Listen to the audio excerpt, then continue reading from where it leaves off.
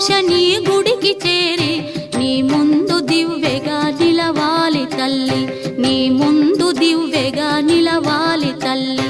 అన్నపూర్ణాదేవి అర్చింతునమ్మ, నా మనవి ఆలించి నను బ్రోవుమమ్మ.